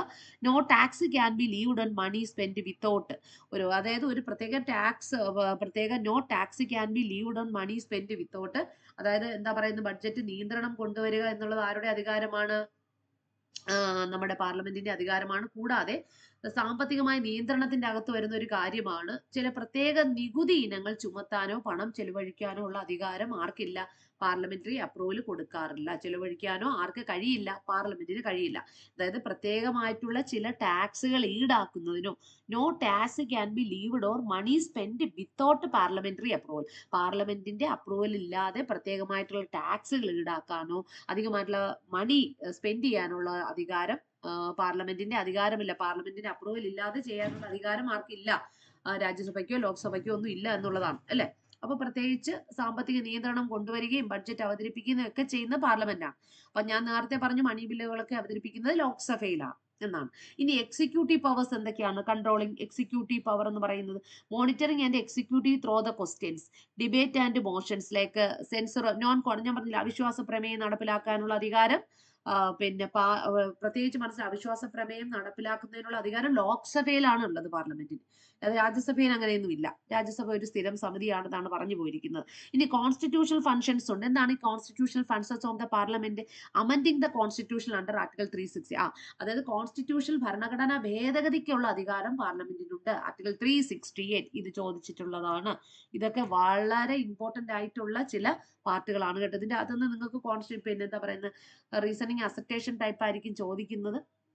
അപ്പോൾ 368 എന്ന് പറയുമ്പോൾ എന്താണ്, കോൺസ്റ്റിറ്റ്യൂഷന് ഭരണഘടനാ ഭേദഗതിക്കുള്ള അധികാരം. ക്ലിയർ ആയിട്ട് മനസ്സിലാവുന്നുണ്ടല്ലോ. ഇതൊക്കെ നമ്മുടെ പാർലമെന്റിന്റെ ചില പ്രധാനപ്പെട്ട അധികാരങ്ങളാണ്. ഇനി സ്റ്റേറ്റ് എക്സിക്യൂട്ടീവിലേക്ക് പോവാണ്. സംസ്ഥാനത്തെ സ്റ്റേറ്റ് എക്സിക്യൂട്ടീവ് പവർ ആരിലൊക്കെയാണ്, സ്റ്റേറ്റ് എക്സിക്യൂട്ടീവ്സ് ഈ സ്ട്രക്ചേർഡ് സിമിലർലി യൂണിയൻ എക്സിക്യൂട്ടീവിനെ പോലെ തന്നെയാണ് സ്റ്റേറ്റ് എക്സിക്യൂട്ടീവിന്റെയും സ്ട്രക്ചർ എന്ന് പറയുന്നത്. ഇതിനെ ഓപ്പറേറ്റ് ചെയ്തിരിക്കുന്ന ആരിലൂടെയാണ്, സംസ്ഥാനത്തെ എക്സിക്യൂട്ടീവിനെ ഓപ്പറേറ്റ് ചെയ്യുന്ന ആരിലൂടെയൊക്കെയാണ്, പ്രൊവിൻഷ്യൽ ലെവൽ. ഒരു പ്രൊവിൻഷ്യൽ ലെവലിലാണ്. It consist of governor, chief minister and the state council of minister. അതുപോലെ അല്ലേ നമ്മൾ യൂണിയൻ എക്സിക്യൂട്ടീവിനെ പോലെ തന്നെയാണ് state executive. State executive that consist of the governor, chief ministers and state council of ministers. ഇവരെല്ലാവരും കൂടെ ചേർന്നതാണ് സ്റ്റേറ്റ് എക്സിക്യൂട്ടീവ് എന്ന് പറയുന്നത്. ഇനി ഇവരുടെയൊക്കെ തന്നെ പവറും ഫംഗ്ഷൻസും ഒക്കെയാണ് നമ്മൾ പഠിച്ചു പോകുന്നത്. നോക്കൂ, ഇനി ഇതിന്റെ സ്റ്റേറ്റിന്റെ ലെജിസ്ലേറ്റീവ് പവറാണ്. സ്റ്റേറ്റിലെ ലെജിസ്ലേറ്റീവ് പവറാണ്. ലെജിസ്ലേറ്റീവ് പവർ എന്തൊക്കെയാണുള്ളത്? Summon and prorogues the state legislature. Summon and prorogues the state legislature. Prorogues the state legislature. Every bill passed by the state legislature require the governor as to become a law. നേരത്തെ പറഞ്ഞ പോലെ തന്നെ, അതായത് ഇപ്പോൾ state ലെജിസ്ലേറ്റീവില് ഒരു നിയമം നടപ്പിലാക്കുകയാണെങ്കിൽ അത് ആരിലൂടെ ആയിരിക്കണം? ഒരു ലോ നിയമം നടപ്പിൽ വരുത്തുന്ന ആരുടെ അസറ്റിലൂടെ ആയിരിക്കണം? നമ്മൾ യൂണിയൻ എക്സിക്യൂട്ടീവില് പ്രസിഡന്റിന്റെ റെസ്പോൺസിബിലിറ്റിയെ പോലെ തന്നെയാണ് സ്റ്റേറ്റ് ലെജിസ്ലേറ്റീവില് സ്റ്റേറ്റ് എക്സിക്യൂട്ടീവില് ഗവർണറിന്റെ റെസ്പോൺസിബിലിറ്റി. അപ്പോൾ നമ്മുടെ സ്റ്റേറ്റ് ലെജിസ്ലേറ്റീവിൽ പാസ്സാക്കുന്ന ഒരു നിയമത്തിന് ശുപാർശ കൊടുത്ത് ആ നിയമം സാധുതയാക്കി വരുത്തുന്നത് ആരുടെ അസറ്റിലോട് കൂടിയിട്ടാണ്? ഗവർണറിന്റെ അസറ്റോട് കൂടിയിട്ടാണ്. State legislator require the governor assent to become a law. ആ ഒരു നിയമം അല്ലെങ്കിൽ ഒരു ഓർഡിനൻസിനെ ഒരു നിയമത്തിനെയൊക്കെ ലോ ആയി മാറ്റുന്നത് ആരുടെ അസറ്റോട് കൂടിയിട്ടാണ്? സ്റ്റേറ്റിലെ ഗവർണറിന്റെ അസറ്റോട് കൂടിയിട്ടാണ്. അപ്പോൾ ഈ പറയുന്ന സ്റ്റേറ്റ് ലെജിസ്ലേറ്ററിനെ സമൺ ചെയ്യുന്നതും അതുപോലെ തന്നെ പൊറോഗിയസ് ചെയ്യുന്നതും ഒക്കെ തന്നെ സ്റ്റേറ്റ് ലെജിസ്ലേറ്റർ ആണ് അല്ലെ. സ്റ്റേറ്റ് ലെജിസ്ലേറ്ററിനെ പൊറോഗിയസ് ചെയ്യുന്നതും സമോൺസ് വിളിച്ചു കൂട്ടുന്നതും നയപരിപാടികൾ നടപ്പിലാക്കുന്നതും ഒക്കെ തന്നെ ആരാണ്? ഗവർണറിലൂടെയാണ്. Every bill passed by the state legislature. എല്ലാ ബില്ലുകളും സ്റ്റേറ്റ് ലെജിസ്ലേറ്ററിലെ എല്ലാ ബില്ലുകളും പാസ്സാക്കി എടുക്കുന്ന ആരുടെ അസറ്റോട് കൂടിയിട്ടാണ്? Require the governor assent to become a law. ഗവർണറിന്റെ അസറ്റോട് കൂടിയിട്ടാണ് ആ ഒരു ലോ ബിക്കമിങ് ലോ ആയി മാറ്റുന്നത്. Governor can also issue ordinance. അപ്പൊ നമ്മൾ നേരത്തെ പറഞ്ഞു പ്രസിഡന്റിന് ഓർഡിനൻസ് ഇഷ്യൂ ചെയ്യാനുള്ള അധികാരമുള്ളതുപോലെ ഗവർണറിനും ഓർഡിനൻസ് ചെയ്യാനുള്ള അധികാരമുണ്ട്. പാറ്റേൺസ് കൊടുക്കാനും സമൺസ് ചെയ്യാനും ഒക്കെ പ്രോമുലേറ്റ് ചെയ്യാനൊക്കെ ഉള്ള അധികാരം ആർക്കുമുണ്ട്? ഗവർണറുമുണ്ട്. Governor can also issue ordinance. അതേ ഗവർണറിന് ഓർഡിനൻസ് പുറപ്പെടുവിക്കാനുള്ള ആർട്ടിക്കിളാണ് 213 ആണ് കേട്ടോ. 123 ആരുടേതാണ് ഓർഡിനൻസ്? പ്രസിഡന്റിന്റെ ഓർഡിനൻസ് ആണ് 123. അപ്പൊ പ്രസിഡന്റിന്റെ ഓർഡിനൻസ് പുറപ്പെടുവിക്കാനുള്ള അധികാരത്തെ 123 എന്ന് പറയുമ്പോൾ അതിന് തിരിച്ചൊന്ന് പഠിച്ചു കൊടുത്താൽ മതി. എങ്ങനെയാണ്? ഗവർണറിന്റെ ഓർഡിനൻസിനുള്ള അധികാരം എന്ന് പറയുന്നത് 213 ആണ്. When the legislature is not in the session discretionary power. അതുപോലെ തന്നെ എന്താ പറയുന്നത്, ഇപ്പൊ ഗവർണറിന്റെ മറ്റു ചില അധികാരങ്ങളെ കുറിച്ചിട്ടാണ് നമ്മൾ പറഞ്ഞു പോയിട്ടുള്ളത്. ഗവർണറിന്റെ അധികാരമാണ് 123 അല്ലെ. 123 ആരുടെ അധികാരമാണ്? ഗവൺമെന്റിന് ഓർഡിനൻസ് പുറപ്പെടുവിപ്പിക്കാനുള്ള അധികാരത്തെ കുറിച്ച് നമ്മൾ പറഞ്ഞു പോയി. നെക്സ്റ്റ് നമ്മൾ ഇനി പറയാൻ പോകുന്നത് അദ്ദേഹത്തിന്റെ ചില ഡിസ്ക്രിയേഷണറി പവേഴ്സിനെ കുറിച്ചിട്ടാണ്. ആരുടെ? നമ്മുടെ സംസ്ഥാനത്തിലെ എന്താ പറയുന്നത് ഗവർണറിന്റെ discretionary powers ne kurichu. Unlike the president, governor has explicit the discretionary power such as recommended the imposition president rule 356 under the constitutional breakdown. അതുപോലെ തന്നെ നമ്മളിപ്പോ എന്താ പറയുന്നത് എമർജൻസികൾ നടപ്പിലാക്കുന്നത് state emergency, union emergency and financial emergency. ഇതിൽ state emergency നടപ്പിലാക്കുന്നത് പ്രസിഡന്റിന്റെ ശുപാർശ പ്രകാരം സംസ്ഥാനത്ത് നടപ്പിലാക്കുന്നത് ആരാണ്? ഗവർണറാണ്. പറഞ്ഞു മനസ്സിലായോ? ഇത് അദ്ദേഹത്തിന്റെ ഒരു ഡിസ്ക്രിയേഷണറി പവറാണ്. മനസ്സിലായല്ലോ? അപ്പൊ രാഷ്ട്രപതിയിൽ നിന്നും വളരെ വ്യത്യസ്തമായിട്ട് ഇദ്ദേഹത്തെ തിരഞ്ഞെടുക്കുകയാണോ ചെയ്യുന്നത്? അല്ല, തിരഞ്ഞെടുക്കുന്നില്ല. അവരെ നേരിട്ട് നിയമിക്കുകയാണ് ചെയ്യുന്നത് ഗവർണേഴ്സിന്. അത് നമ്മൾ മനസ്സിലാക്കേണ്ടി പോയിട്ടുള്ളതാണ് കേട്ടോ. അദ്ദേഹത്തെ എന്ത് ചെയ്യാണ്? നേരിട്ട് നിയമിക്കുകയാണ്. അല്ലാതെ നമ്മൾ രാഷ്ട്രപതി ആണെങ്കിൽ നമ്മൾ എന്ത് ചെയ്യാണ്? ഇൻഡയറക്ട്ലി ഇലക്ട്രൽ കോളേജ് തിരഞ്ഞെടുക്കുകയാണ് ചെയ്യുന്നത്. പക്ഷെ ഇദ്ദേഹത്തെ നമ്മൾ എന്ത് ചെയ്യാണ്? നേരിട്ട് നിയമിക്കുകയാണ് ചെയ്യുന്നത് നമ്മുടെ ഗവർണർ ഓഫ് ദ സ്റ്റേറ്റ്സിനെ. മനസ്സിലായിട്ടുണ്ടല്ലോ? Unlike the president, governor is not elected. അദ്ദേഹത്തെ തിരഞ്ഞെടുക്കുക, അദ്ദേഹത്തെ എലക്ട് ചെയ്യുക ചെയ്യുന്ന are appointed directly by the president of India and hold office during the pleasure of the president. അതായത് പ്രസിഡന്റിന്റെ പ്ലഷർ പ്രകാരം എത്ര വർഷം വേണമെങ്കിലും അദ്ദേഹത്തിന് തൽസ്ഥാനത്ത് തുടരാം. എങ്കിലും ആ വർഷം ഇയർലി പറഞ്ഞിട്ടുണ്ട്. ഏകദേശം 5 വർഷമാണ് അദ്ദേഹത്തിന്റെ കാലാവധി എന്ന് പറയുന്നത്. അപ്പൊ നമ്മൾ ഇവിടെ ഒരു ചെറിയ കാര്യം പറയാതെയാണ് ഇനി വന്നു പോയത്. അദ്ദേഹത്തിന്റെ എന്താ പറയുന്നത് നമ്മളിതാ ഈ ഒരു ജസ്റ്റ് ഒരു ഭാഗം കൂടെ ഒന്ന് പറഞ്ഞു പോകാം. ഗവർണറിനെ കുറിച്ച് പറയുകയാണെങ്കിൽ ഇത് പറയാതെയാണ് വന്നത് അല്ലെ.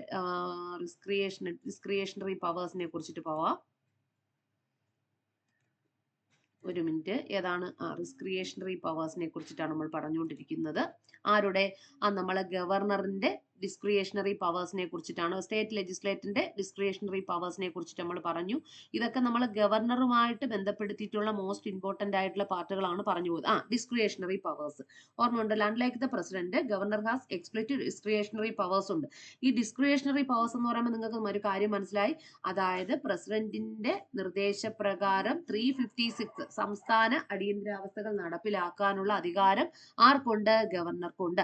ഇതാണ് അദ്ദേഹത്തിന്റെ ഡിസ്ക്രിയേഷണറി പവർ എന്ന് പറയുന്നത്. ക്ലിയർ ആയിട്ട് മനസ്സിലായിട്ടുണ്ടാകും എന്ന് കരുതുകയാണ്. ഇനി അദ്ദേഹത്തിന്റെ നിയമനത്തെ കുറിച്ചിട്ടാണ് നമ്മൾ ഇനി പറഞ്ഞു പോകുന്നത്. ആ ഡിസ്ക്രിയേഷണറി പവറിനെ കുറിച്ചിട്ട് എല്ലാവർക്കും മനസ്സിലായിട്ടുണ്ടല്ലോ. ഓക്കെ. അപ്പോൾ രാഷ്ട്രപതി ഭരണം നടപ്പിലാക്കാനുള്ള അധികാരം, അതിനെ ഈ ഡിസ്ക്രിയേഷണറി പവേഴ്സ് നമ്മൾ വിളിക്കുന്ന പേരെന്താണ്? വിവേചന അധികാരങ്ങൾ എന്നുള്ളതാണ്. എന്താണ്? രാഷ്ട്രപതിയിൽ നിന്നും വളരെ വ്യത്യസ്തമായിട്ട്. ഇത് രാഷ്ട്രപതിക്ക് ഈ ഒരു അധികാരം ഇല്ല. ഉണ്ടോ? ഇല്ല. അപ്പൊ രണ്ട് കാര്യങ്ങളുണ്ട് വ്യത്യസ്തമായിട്ടൊന്ന് പഠിച്ചോളൂ. ബാക്കി എല്ലാ കാര്യവും ഒരുപോലെ തന്നെയാണ്, പ്രസിഡന്റിനെ പോലെ തന്നെയാണ്. പക്ഷെ ഇവിടെ ഒരു ചെറിയൊരു വ്യത്യാസം. ഈ വിവേചന അധികാരം പ്രസിഡന്റിനെ പോലെ അല്ല അദ്ദേഹത്തിനുള്ളത്. Unlike the president, governor has explicit discretionary powers. അദ്ദേഹത്തിന് ഒരു വിവേചന അധികാരം ഉണ്ട്. അത് വേറൊന്നുമല്ല, നമ്മുടെ പ്രസിഡന്റിന്റെ നിർദ്ദേശപ്രകാരം സംസ്ഥാന അടിയന്തരാവസ്ഥകൾ നടപ്പിലാക്കാനുള്ള അധികാരം ഒരു കോൺസ്റ്റിറ്റ്യൂഷണൽ ബ്രേക്ക് ഡൗണുകൾ വരുന്ന കാലഘട്ടത്തിൽ അത് ആർക്കാണുള്ളത്? ഗവർണറിനുണ്ട് എന്നുള്ളതാണ്. ഇനി അദ്ദേഹവുമായിട്ട് മറ്റൊരു കാര്യം ഞാൻ എടുത്തു പറഞ്ഞു. ഇദ്ദേഹത്തെ ഡയറക്റ്റ് എലക്ട് ചെയ്യുകയല്ല ചെയ്യുന്നത്, മറിച്ച് they are appointed directly by the president. Appointment ചെയ്യാണ് ചെയ്യുന്നത്. Hold of the office during the pleasure of the പ്രസിഡന്റിന്റെ അദ്ദേഹത്തിന്റെ ഒരു പ്ലഷർ പ്രകാരം. ഇദ്ദേഹത്തിന്റെ ഒരു കാലാവധി എന്ന് പറയുന്നത് 5 വർഷക്കാലമാണ്. അപ്പൊ അദ്ദേഹം എന്താ പറയുന്നത്? കോൺസ്റ്റിറ്റ്യൂഷണൽ ഹെഡ് ആണ്. Governor is the nominal or constitutional head of the state. Constitutional head of the state ആണ് ആരെന്ന് പറയുന്നത്? ഗവർണർ. ഇനി ഇദ്ദേഹത്തിന്റെ എക്സിക്യൂട്ടീവ് പവർ എന്ന് പറയുമ്പോൾ എന്താണ് അർത്ഥമാക്കുന്നത്? ഹീസ് ആക്ട്സ് ആസ് എ വിച്വൽ ലിങ്ക് ബിറ്റ്വീൻ. ഇദ്ദേഹം ഒരു വിച്വൽ ലിങ്ക് ആണ്. ആരൊക്കെ തമ്മിലുള്ള? യൂണിയൻ ഗവൺമെന്റും സ്റ്റേറ്റ് ഗവൺമെന്റും തമ്മിലുള്ള ഒരു മധ്യവർത്തി പോലെ വർത്തിക്കുന്നത് ഗവർണറാണ്. അദ്ദേഹത്തിന്റെ അപ്പോയിന്റ്മെന്റിനെ കുറിച്ച് നമ്മൾ പറഞ്ഞു. അദ്ദേഹത്തിന്റെ എക്സിക്യൂട്ടീവ് പവർ എന്ന് പറയുന്നത് അദ്ദേഹം ചീഫ് മിനിസ്റ്ററിനെ അപ്പോയിന്റ്മെന്റ് ചെയ്യുന്നു. മറ്റുള്ള other ministers and advocate general of the state. ശ്രദ്ധിക്കണം, അഡ്വക്കേറ്റ് ജനറൽ ഓഫ് ദ സ്റ്റേറ്റിനെ അപ്പോയിന്റ്മെന്റ് ചെയ്യുന്നതും ആരാണ്? ഗവർണറിന്റെ ചില എക്സിക്യൂട്ടീവ് പവേഴ്സ് ആണ്. അപ്പൊ ഇത്രയും കാര്യങ്ങളാണ് നമ്മൾ ഗവർണറുമായിട്ട് ബന്ധപ്പെടുത്തി പഠിച്ചു പോയിട്ടുള്ളത്. ഇനി നമുക്ക് പഠിക്കേണ്ടിട്ടുള്ളത് കൗൺസിൽ ഓഫ് മിനിസ്റ്റേഴ്സിനെ കുറിച്ചിട്ടാണ്. ആരാണ്? Council of ministers. Council of ministers and council of ministers. Council of chief minister and council of ministers. ഇതാണ് ചീഫ് മിനിസ്റ്ററും കൗൺസിൽ ഓഫ് മിനിസ്റ്റേഴ്സ്. അപ്പൊ നമുക്ക് നോക്കാം. റിയൽ ഹെഡ് എന്ന് പറയുമ്പോൾ ആരാ? ചീഫ് മിനിസ്റ്റർ ആണോ ഗവർണർ ആണോ? അല്ല. സ്റ്റേറ്റ് ഗവൺമെന്റിന്റെ റിയൽ ഹെഡ് എന്ന് പറയുന്നത് ചീഫ് മിനിസ്റ്റർ ആണ്, അല്ലെ? അപ്പോൾ he is the real head. Real executive head of the state government എന്ന് പറയുന്നത് CM ആണ്.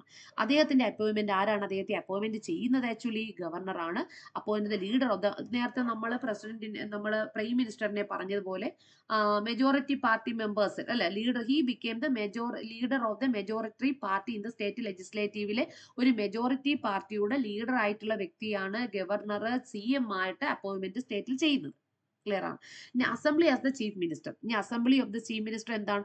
Other ministers are appointed of the advice of the CM. മറ്റുള്ള എല്ലാ മിനിസ്റ്റേഴ്സിനെയും സ്റ്റേറ്റ് ലെജിസ്ലേറ്റീവിലെ മറ്റുള്ള എല്ലാ മിനിസ്റ്റേഴ്സിനെയും തിരഞ്ഞെടുക്കുന്നത് CM-ന്റെ നിർദ്ദേശപ്രകാരം ഗവർണർ അപ്പോയിന്റ്മെന്റ് ചെയ്യുന്നേ ഉള്ളൂ. കളക്റ്റീവ് റെസ്പോൺസിബിലിറ്റീസ് ഉണ്ടോ? ചീഫ് മിനിസ്റ്ററിനുണ്ട്. The state council of minister is collectively responsible to the legislative assembly. ഇനി ഇവർക്ക് ഒരു കളക്റ്റീവ്ലി റെസ്പോൺസിബിലിറ്റീസ് ഉള്ളത് ആരോടാണ്? CM-നോടാണ്, അല്ലെ? State governor minister is collectively responsible to the legislative അസംബ്ലിയോടും ചീഫ് മിനിസ്റ്ററിനോടും ഒരു റെസ്പോൺസിബിലിറ്റി ഉണ്ടായിരിക്കും. ലെജിസ്ലേറ്റീവ് അസംബ്ലിയാണ് നമ്മൾ വിധാൻ സഭ എന്ന് അറിയപ്പെടുന്നത്. If the assembly passes non confidential motion, ഇവിടെയും അവിശ്വാസ പ്രമേയം പാസ്സാക്കാനുള്ള അധികാരം ലെജിസ്ലേറ്റീവ് അസംബ്ലിക്കുണ്ട്. The entire ministry must resign. അങ്ങനെ വരുന്ന ഈ അവിശ്വാസ പ്രമേയം ലെജിസ്ലേറ്റീവ് അസംബ്ലി പാസ്സാകുമ്പോൾ എല്ലാം ആ ഒരു മിനിസ്ട്രി എന്ത് ചെയ്യണം? റിസൈൻ ചെയ്ത് പുറത്തു പോകണം. അങ്ങനെയുള്ള ഒരു അധികാരം ഇവർക്ക് കൊടുത്തിട്ടുണ്ട്. ഓക്കെ. ദെൻ ഇനി വരുന്ന എന്താണ്? സ്റ്റേറ്റ് ലെജിസ്ലേറ്ററിനെ കുറിച്ചിട്ടാണ്. The structure of the state legislature can be either unicameral. ഇനി നമ്മുടെ സ്റ്റേറ്റ് ലെജിസ്ലേറ്ററിൽ ഒന്നെങ്കിൽ യൂണിക്യാമറൽ ആയിരിക്കാം, അല്ലെങ്കിൽ എങ്ങനെയുള്ളതായിരിക്കാം? യൂണിക്യാമറൽ എന്ന് പറയുമ്പോൾ ഓൺ ഹൗസ് ആണ്. യൂണിക്യാമറലോ അല്ലെങ്കിൽ ബൈക്യാമറലോ ആയിരിക്കാം.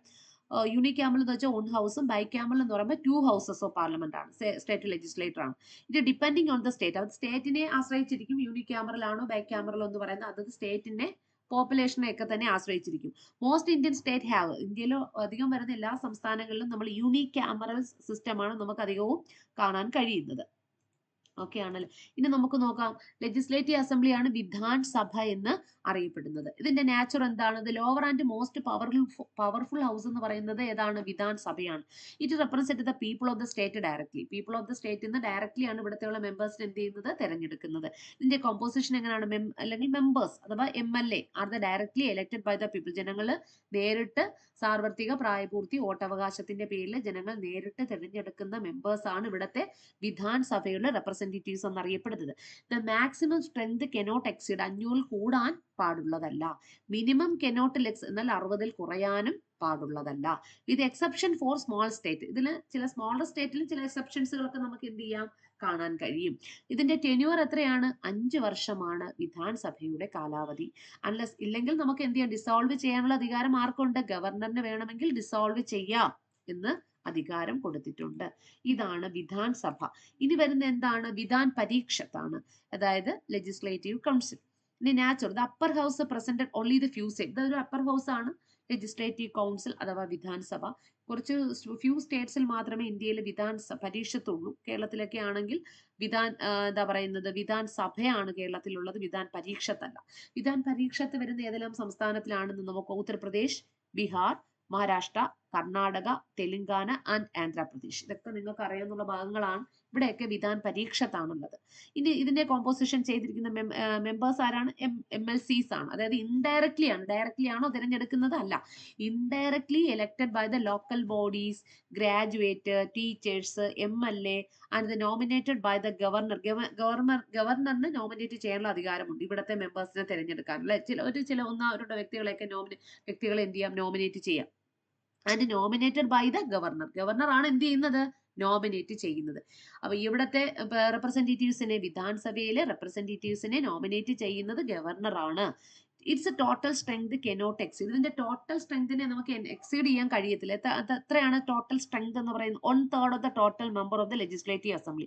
ലെജിസ്ലേറ്റീവ് അസംബ്ലിയിലെ 1/3 ഓഫ് ദ മെമ്പേഴ്സിനെയാണ് ഇവിടുത്തെ 1/3 ഓഫ് ദ മെമ്പേഴ്സ് ആയിരിക്കും പിന്നെ ലെജിസ്ലേറ്റീവ് കൗൺസിലിൽ എന്തെന്നറിയപ്പെടുന്നത്? ടോട്ടൽ സ്ട്രെങ്ത് എന്ന് പറയുന്നത്. It's total strength cannot exceed 1/3 of the total members of the legislative assembly. ഇതിന്റെ ടെന്യൂർ എത്രയാണ്? കാലാവധി എത്രയാണ്? പെർമനന്റ് ബോഡിയാണ്. രാജ്യസഭയെ പോലെ ഇതും ഒരു പെർമനന്റ് ബോഡിയാണ്. Members are elected for the 6-year term. ഇതിന്റെ മെമ്പേഴ്സിനെ നമ്മൾ 6 വർഷത്തേക്കാണ് തിരഞ്ഞെടുക്കുന്നത്. വിത്ത് 1/3 റിട്ടേണിംഗ് എവറി 2. 2 വർഷം കൂടുമ്പോൾ 1/3 അംഗങ്ങൾ എപ്പോഴും എന്ത് ചെയ്യും? പിരിഞ്ഞു പോകാറാണുള്ളത്. ഈസ് ലൈക്ക് രാജ്യസഭയെ പോലെ തന്നെയാണ്. അപ്പൊ ഇവിടുത്തെ മെമ്പേഴ്സിനെ ഇൻഡയറക്ട്ലി നമ്മൾ തിരഞ്ഞെടുക്കപ്പെടുന്നത് ലോക്കൽ ബോഡീസിൽ നിന്നും. ഗ്രാജുവേറ്റ്സുകള്, ടീച്ചേഴ്സ്, MLAs ഇവരെയൊക്കെ നോമിനേറ്റ് ചെയ്യുന്ന ആരാണ്? ഗവർണറാണ് കേട്ടോ. ഗവർണറാണ് നോമിനേറ്റ് ചെയ്യുന്നത്. ഇനി അപ്പൊ ഇതൊക്കെയാണ് നമ്മുടെ ഈ ഒരു ടോപ്പിക്കുമായിട്ട് ബന്ധപ്പെടുത്തി നമ്മൾ പഠിച്ചു പോകുന്ന മോസ്റ്റ് ഇമ്പോർട്ടന്റ് ആയിട്ടുള്ള കാര്യങ്ങൾ എന്നറിയപ്പെടുന്നത്. ഇനി ഇതിന്റെ അകത്ത് നിന്നും പ്രീവിയസ്ലി വന്നിട്ടുള്ള ക്വസ്റ്റ്യൻസുകൾ നമുക്ക് നോക്കാം. The provisions of Indian constitution which is correctly matched.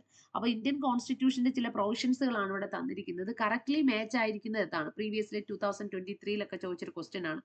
Amended procedure article 268, അതായത് ഭരണഘടനാ ഭേദഗതിയുമായിട്ട് ബന്ധപ്പെടുത്തിയിട്ടുള്ള പ്രൊസീജിയർ 268 ആണോ? Then duties of the prime minister 74 ആണെന്നാണ് വന്നിരിക്കുന്നത്. അങ്ങനെ ആണോ?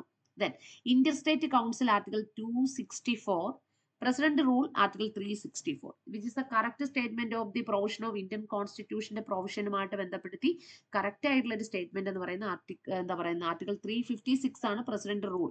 Presidential rule in the state ആണ്. അപ്പോൾ 356 ആണ്. സംസ്ഥാന അടിയന്തരാവസ്ഥയെ കുറിച്ചിട്ടാണ് ഈ പറഞ്ഞു പോയിരിക്കുന്നത്. ബാക്കി എല്ലാ സ്റ്റേറ്റ്മെന്റുകളും ഓപ്ഷൻസുകളും റോങ് ആണ്. അപ്പൊ അത് ശരിയായിട്ട് നമുക്ക് പഠിക്കണ്ടേ? നോക്കിക്കോളൂ.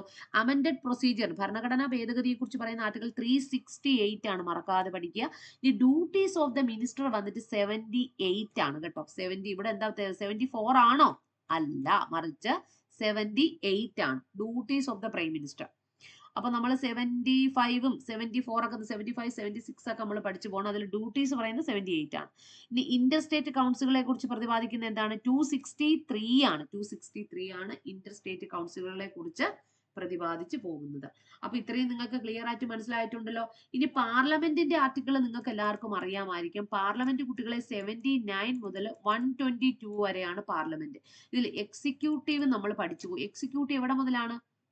നമ്മളെ പാർട്ട് 5-ലല്ലേ? പാർട്ട് 5 52 മുതൽ സ്റ്റാർട്ട്, ഞാൻ അത് തുടക്കം മുതലേ പറഞ്ഞു പോയതാണ്. പാർട്ട് 5 52 മുതൽ 78 വരെ പറഞ്ഞു പോകുന്നത് എന്താണ്? പാർട്ട് 5 52 ഓരോന്നിനെ കുറിച്ചാണ്, ടോട്ടലാണ് ഞാൻ ആദ്യം പറഞ്ഞു പോയത്. അപ്പോ പിന്നെ നമ്മുടെ പാർട്ട് 5 52 to 78 എക്സിക്യൂട്ടീവിനെ കുറിച്ച്, കാര്യനിർവഹണ വിഭാഗത്തെ കുറിച്ച് പറയുന്നു. അത് കഴിഞ്ഞ് കൗൺസിൽ, അതിന്റെ അകത്ത് എന്തൊക്കെ വരും? President, vice president, council of minister, attorney general ഒക്കെ ഇതിന്റെ അകത്ത് വരും.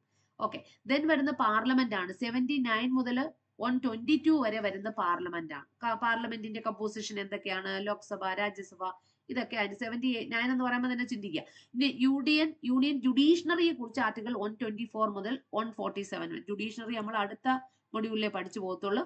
ജുഡീഷ്യറി 124 മുതൽ 147 വരെ പഠിക്കുന്നത് എന്താണ് കുട്ടികളെ? 124 മുതൽ 147 വരെ ജുഡീഷ്യറി ആണ് പറഞ്ഞു പോകുന്നത്. ക്ലിയർ ആണല്ലോ? അതൊക്കെ യൂണിയൻ ജുഡീഷ്യറിയെ കുറിച്ചിട്ടാണ്. കൺട്രോളർ ആൻഡ് ഓഡിറ്റർ ജനറൽ എല്ലാവർക്കും അറിയാം. Controller and auditor general of the India 148 മുതൽ 151 വരെയാണ്. 148 മുതൽ 151 വരെ പറയുന്ന ആരാണ്? Controller and auditor general of India. അപ്പൊ ഇത്രയും കാര്യങ്ങളാണ് നമ്മൾ ആക്ച്വലി ഈ ഒരു എന്താ പറയുക മൊഡ്യൂളിന്റെ ഭാഗമായിട്ട് ഒരുപാട് ആർട്ടിക്കിൾസുകൾ, അതിലൊരു എക്സാമ്പിൾ ആണ് ഞാൻ ഈ പറഞ്ഞു പോയത്. അപ്പൊ നമ്മുടെ ക്ലാസ്സിന്റെ തുടക്കത്തിൽ തന്നെ പറഞ്ഞു, നമ്മൾ ഈ ഒരു പാർട്ട് എന്ന് പറയുന്നത് പാർട്ട് 5 ആണ്. ബാക്കി ഞാൻ എന്തുകൊണ്ട് പറയുന്നില്ല എന്ന് വെച്ചാൽ, നമ്മൾ കഴിഞ്ഞ മൊഡ്യൂളിൽ part 1 module, part 1, part 2, part 3, അതിൽ പാർട്ട് 3, 4, 5 നമ്മൾ പഠിച്ചു. Fundamental rights, directive principle of state policy and fundamental duties അല്ലെ? അവിടെ നമ്മൾ 51A വരെയല്ലേ പഠിച്ചു പോയത്? 51A. ഓക്കെ, അത് കഴിഞ്ഞ് 52 മുതൽ 151 വരെയാണ് എന്ത് പറഞ്ഞു പോകുന്നത്? Structure of the union government. Structure of the union government ആണ് നമ്മൾ ഇപ്പോൾ പഠിച്ചു പോകുന്നത് അല്ലെ? Structure of the union government എന്ന് പറയുമ്പോൾ എന്ത് വരും? Structure of the power, functions of the union government. 52 മുതൽ 151 വരെ. ക്ലിയർ ആണോ കുട്ടികളെ? ഇതിന്റെ അകത്താണ് ഞാൻ എക്സിക്യൂട്ടീവ് പറയുന്നത് 52 മുതൽ 78 വരെ. പിന്നെ 79 മുതൽ 122 വരെയാണെങ്കിൽ പാർലമെന്റ്. ലെജിസ്ലേറ്റീവ് പവർ ചോദിക്കും, 123 അത് ചോദിക്കും കേട്ടോ. ലെജിസ്ലേറ്റീവ് പവറല്ലേ നമ്മൾ ഇതിന്റെ അകത്ത് പറഞ്ഞു പോയിട്ടില്ല. 123 ആണ് legislative power. 123 legislative. Union judiciary 124 124 മുതൽ 147 വരെ ജുഡീഷ്യറി പവറിനെ കുറിച്ചിട്ട്. കൺട്രോളർ ആൻഡ് ഓഡിറ്റർ ജനറൽ 148 മുതൽ 151 വരെ. ക്ലിയർ ആയിട്ട് മനസ്സിലായല്ലോ? ഇത്രയും കാര്യങ്ങളാണ് നമ്മൾ ഈ ഒരു എന്താ പറയുന്നത് മൊഡ്യൂൾ വളരെ പ്രാധാന്യം അറിയിക്കുന്ന ഒരു മൊഡ്യൂളാണ്. ഇതിൻ്റെ അകത്ത് ഒരുപാട് ആർട്ടിക്കിൾസുകളുണ്ട്. ആർട്ടിക്കിൾസുകളൊക്കെ നിങ്ങൾക്ക് മനസ്സിലായിട്ടുണ്ടാകും എന്ന് കരുതുകയാണ്. Okay, thank U.